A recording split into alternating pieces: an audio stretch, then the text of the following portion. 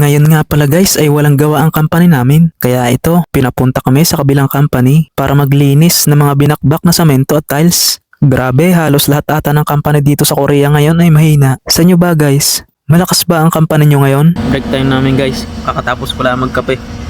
Nandito kami ngayon sa pangalawang company. Yeah, mga bato yan. Mga bato, mga tiles.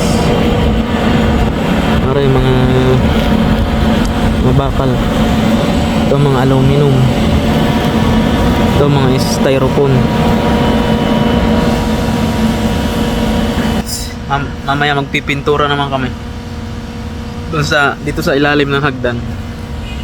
Ayan, hagdan kasi yung guys. At yawn, natapos na ang maghapon.